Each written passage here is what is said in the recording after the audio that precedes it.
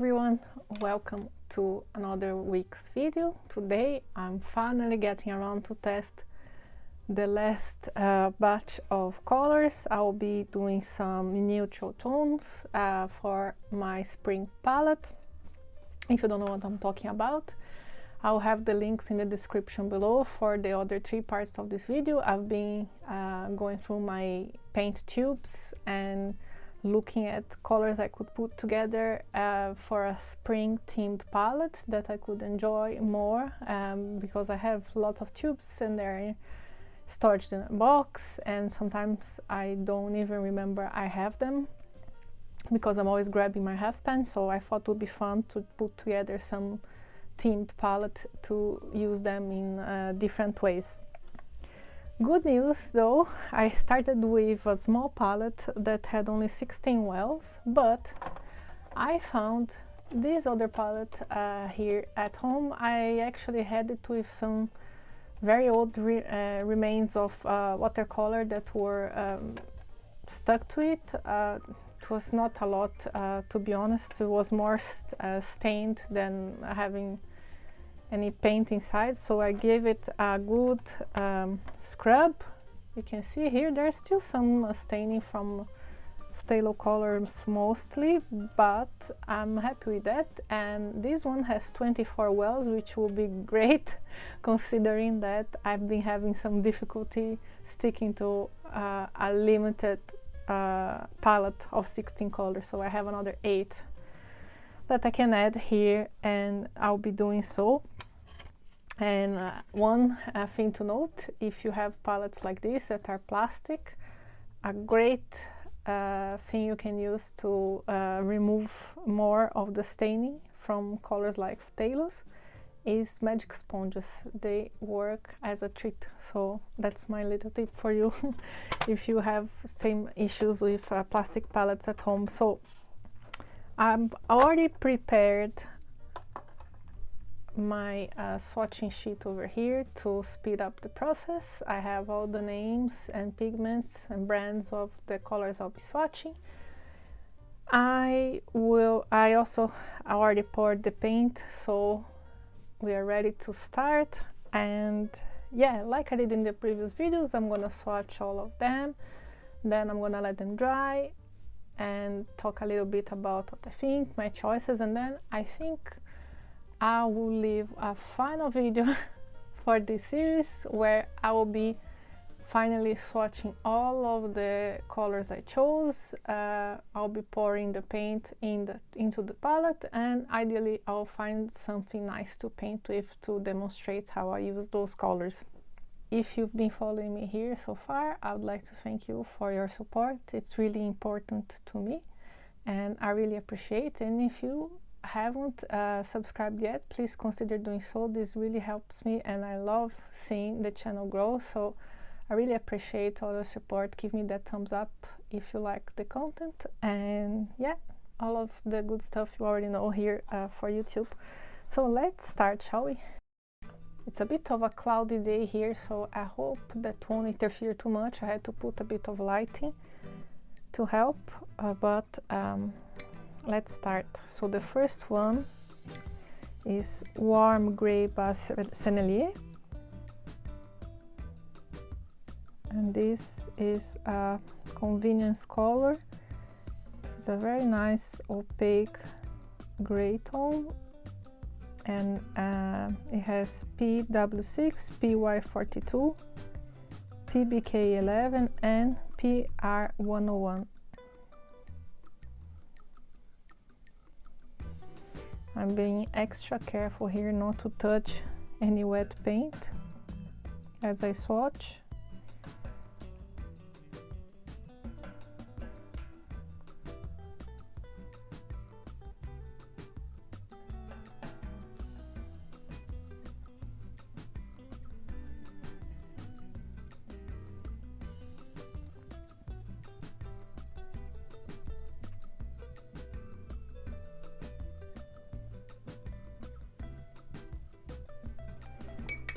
I've been also taking the opportunity now that the weather, it looks like it's getting more springy in the last days. I've been taking walks, and one thing I like to do is to take some pictures of things that catch my eye. It can be textures or colors or composition. Next one is Buff Titanium by Daniel Smith. This is a single pigment one. It's PW6 column 1. It's a warmer tone and also opaque. It's a great color to use to build pastel tones with, because it's a single pigment. So I think it works nicer than by adding white. Now we have Buff Titanium by Van Gogh. This is a mix, it's not the true Buff Titanium, but I added here because it's quite cooler in comparison to the original one, and I wanted to see them side by side and make some decisions, I guess. This is a mix between PW6 and PBR7. It's very different from the original, the genuine Buff Titanium, as you can see here. I've been feeling quite allergic this morning. I guess it's the pollen coming to attack me, so pardon me if I sound a bit nasal as well. Next one we have Transparent Ochre by Schminke. This is PY42.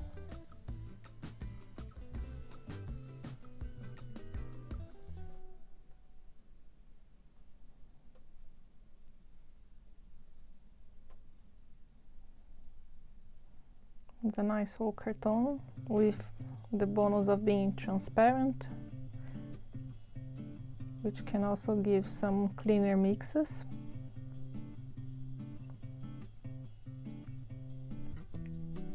I like making greens with ochres. They give some lovely warm greens, and this one, for being transparent, won't have that muddy effect as the regular opaque one. Now we have Raw Sienna by Sennelier. This is PBR7.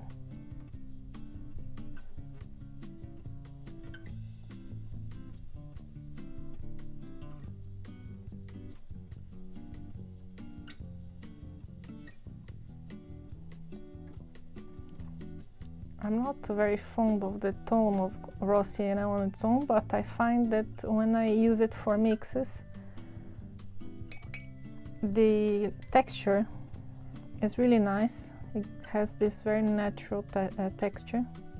Next we have Raw Umber by Sennelier. This is PBR7.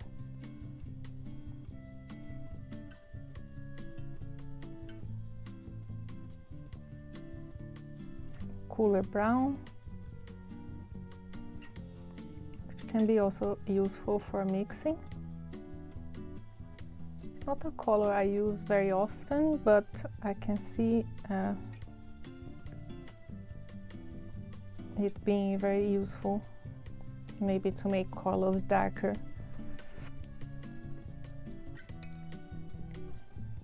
Next we have Greenish Umber by Rembrandt.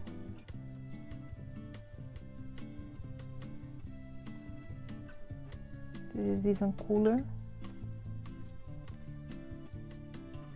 and greenish, as the name says. I hope the reflection of the light is not too bad on the wet paint, but in any case, as usual, I'll be showing you the swatches once they are dry.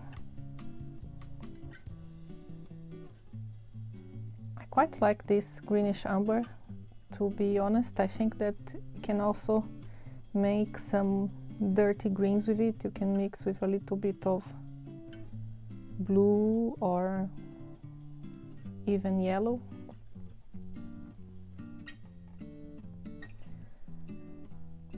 Then we have the environmentally friendly or eco-friendly Brown Arrow Oxide by Daniel Smith. This is a color I purchased not long ago because I was interested by the granulation. I love good granulation, and this seems to be a good one. So I don't often get the Daniel Smith colors with bigger tubes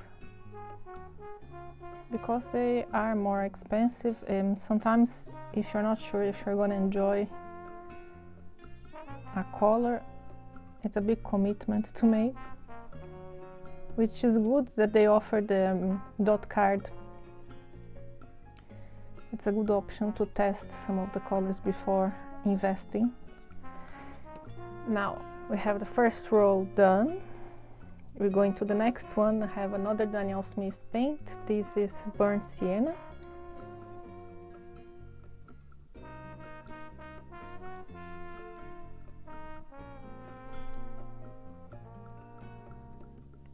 Reddish brown, a classic brown from many watercolor palettes. Can make beautiful grays with ultramarine. And this one has also some texture.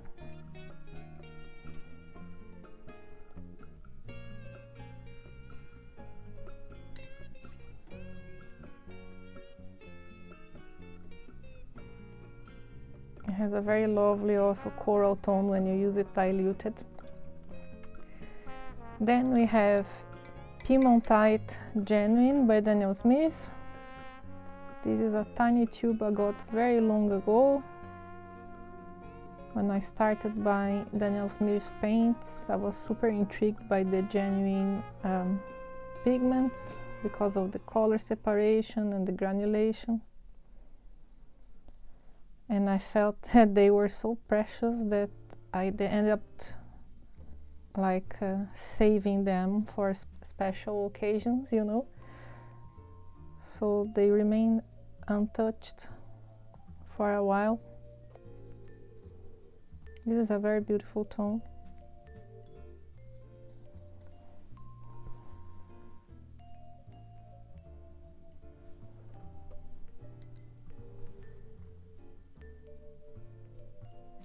And you can see granulation and color separation between the reddish tones and the darker brown tones, which is really nice. Then we have another Daniel Smith. This is Pipestone Genuine. This is also a very lovely color. I have also handmade watercolor by Hungry for Paint with the same pigment, and I liked it so much that I decided to buy the Daniel Smith tube to see if they were similar, and they are. I would say maybe Daniel Smith is a tad warmer, but they both have a very lovely rosy color, very unique. And I have a big dark cloud over my window, so if you see that the lighting has changed, it did. I hope you are able to see it nevertheless. We have now Mars Violet by Holbein, and this is a mix of PR101, PV23 and PBR7. It's kind of a violet brown, kind of a perylene violet type of color. Very beautiful as well.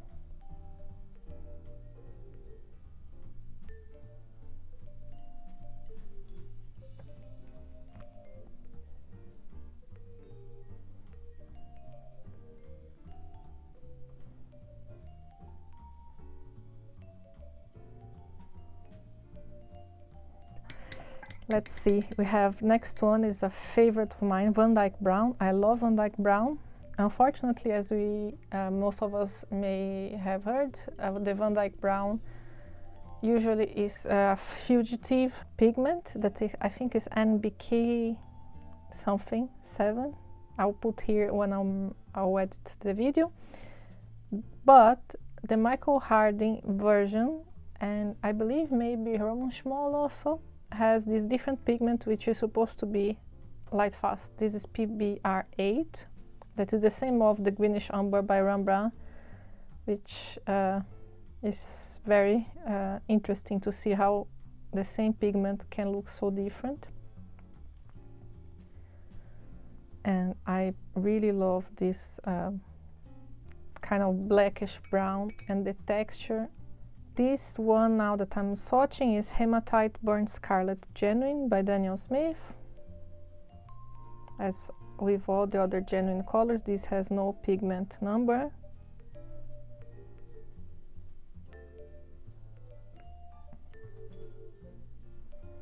Didn't leave a lot of space to swatch the diluted version, so I'll try to do a bit over here. And this is so lovely. You can see, I'll show you when it's dry, but you can see a clear separation between this kind of powdery black or darker brown and kind of a earthy orange tone in the background. And when you have it diluted, you also see this color separation. Is a really unique color, making my life harder as usual with the choices, but we'll carry on. Now we have Red Brown by Mission Gold. This is PBR25, which is benzimidazole brown. It's a very nice brown as well, as a reddish brown. Not very common pigment. As far as I'm aware, there's only Rosa Gallery and Roman Schmoll maybe that have this pigment. There may be other sellers, but these are the ones that I remember now because I have them from these brands as well.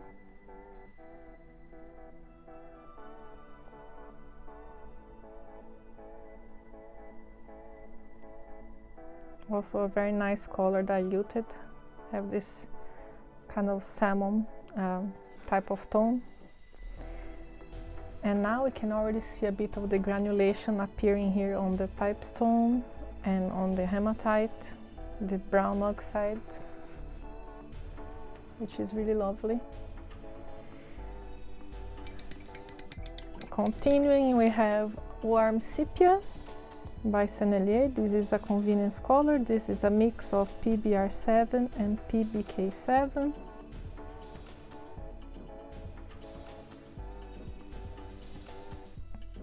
Just a regular dark brown.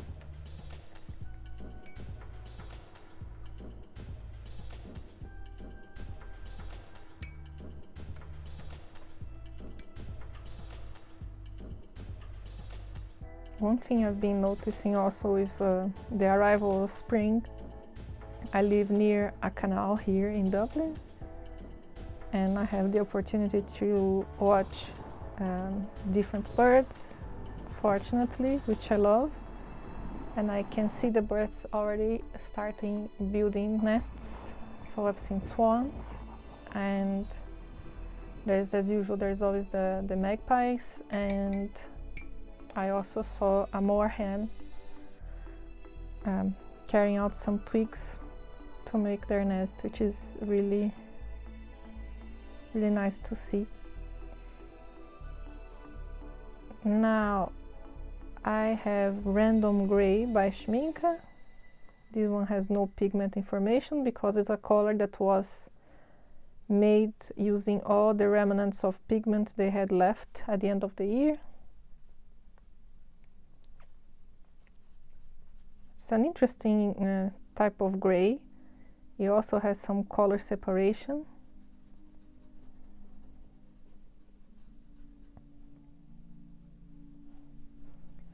It's useful to paint barks and stones. Then we have Shadow Violet by Daniel Smith. It's another beautiful color. Daniel Smith has so many beautiful colors, and they have a huge catalog. Unfortunately, not all of them are available in small size. This one is, so it makes it a bit more challenging to try many of the colors. As I said, the bigger tubes can be quite expensive depending on the color. This has also some beautiful separation and granulation. I can see, if I move, I can see blue undertones, and then I have this type of violet, like perylene violet. It's really incredible tone. Then I add Neutral Tint by Sennelier, which is a mix. Sorry, I forgot to mention the Shadow Violet is a mix as well. It's PB29, which explains the blue I've been seeing here, undertone. PG18, which can also be seen here, mixed with the blue. And PO73. And the Neutral Tint, you have PB60, which is Indantron Blue.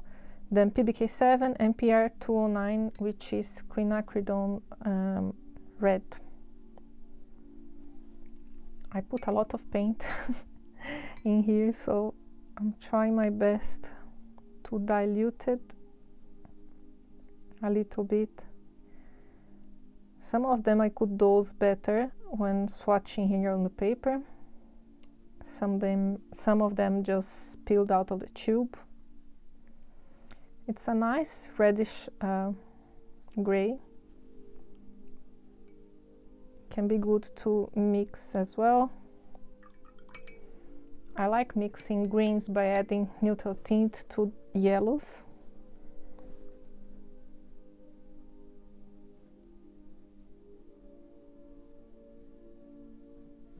We'll see how this one dries. I'm trying to remove a little bit so you can see better. I have only two left. I have Payne's Gray by My Mary Blue. This is PB29 and PBK9. So obviously it's a very bluish gray, as it's basically blue and black pigment.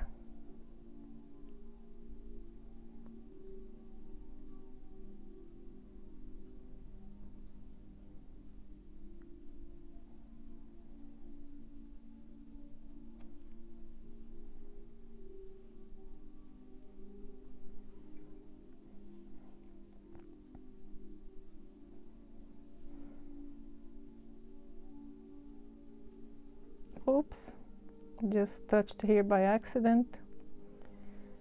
Yeah, it's a very nice, I would call this a bluish Payne's Gray, as other brands do, like Schmincke and Daniel Smith. They have Payne's Gray and bluish Payne's Gray. And the last is a very special color that I bought out of curiosity after I saw a video where Lindsay from the Frugal Crafter mentioned it, and I was super curious because it's a pigment that I didn't have, and as all pigment nerds out there, I immediately wanted to get my hands on it. This is Cobalt Black by Mission Gold, and it's a very interesting color. It's not a deep black, and it gets into a very lovely gray tone with a very, very nice granulation to it. That's why I painted this big swatch here, so I can have a bigger swatch to play with the granulation, so I can see better.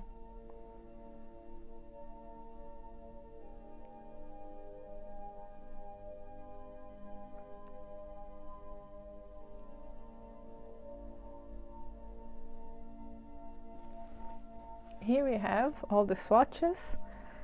I'm going to let this dry as before.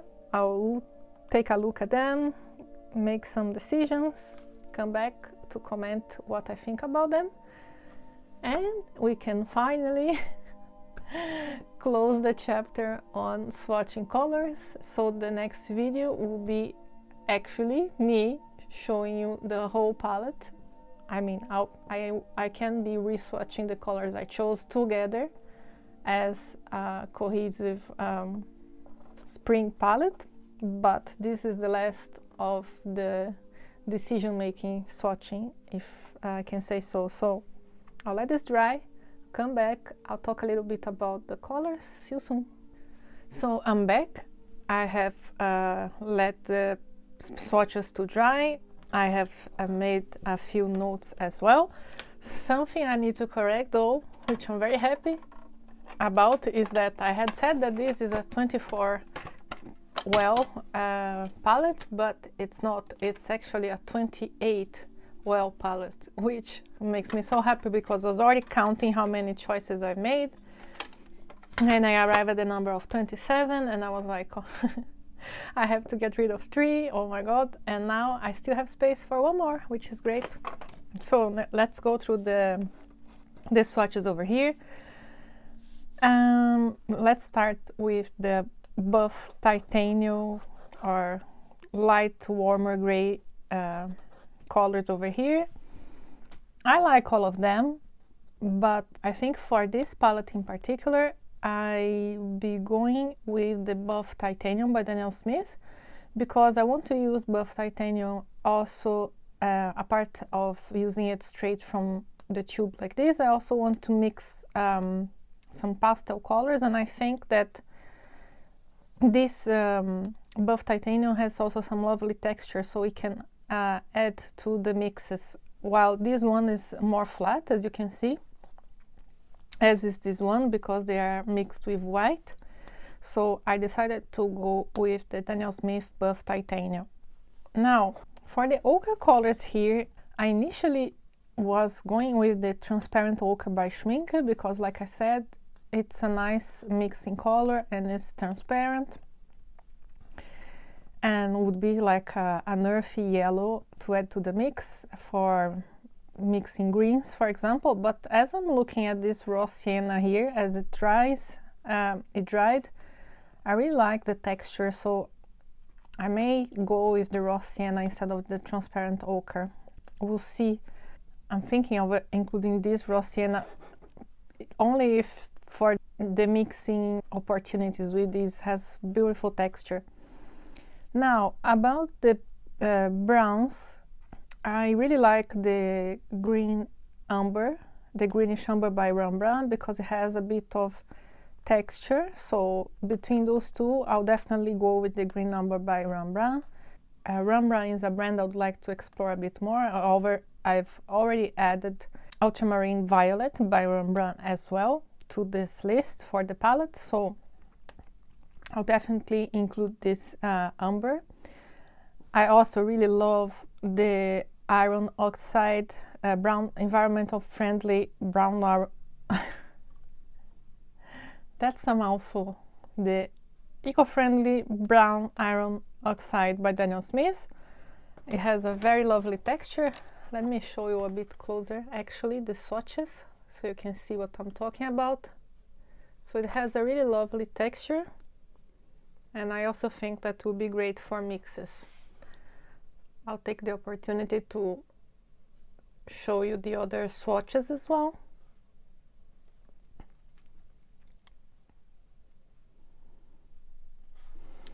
So let's continue. Love the burnt sienna. These tones are quite similar. I like both of them. I had selected burnt sienna, but I may go with any of these. They remind me of terracotta pots, which I find is also very adequate for the spring theme. So we'll see. I had marked the burnt sienna down, but either of these two will be fine for me. I was not particularly feeling the kind of more reddish browns like these ones, like Piemontite or Mars Violet or the red brown. I don't know, I didn't feel a need to include those in the palette, although they are also beautiful colors. I definitely want to include the Van Dyke Brown because it's one of my favorite colors. Hematite Burnt Scarlet Genuine is very beautiful. It has a very lovely granulation as well.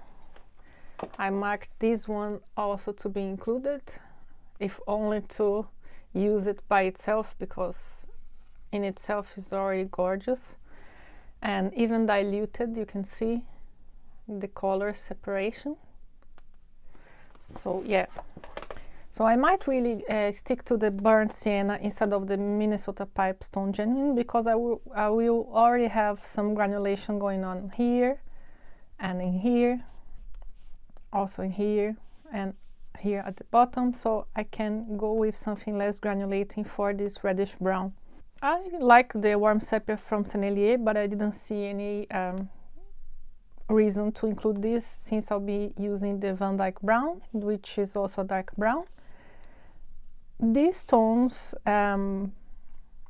these three in particular, are very bluish, which I didn't see fitting the kind of palette I want to put together. But I really like the Random Gray by Schmincke. It kind of reminds me a little bit of bark of some of the trees we have here near the canal. Same goes for the Cobalt Black. When diluted, this color is just gorgeous. Now we have a little bit of sun, so hopefully it will be easier for you to see the colors. But look at this texture. Isn't this beautiful? It reminds me a bit of the Oxide Black or Mars Black. I have here the other swatches that I had shared previously. This was the first video. I had marked here the ones that I liked more. This was the second video with the blues and greens. Also have marked here the ones that I liked, plus the ones that I swatched today. I counted 27 colors, which means I have space for one more.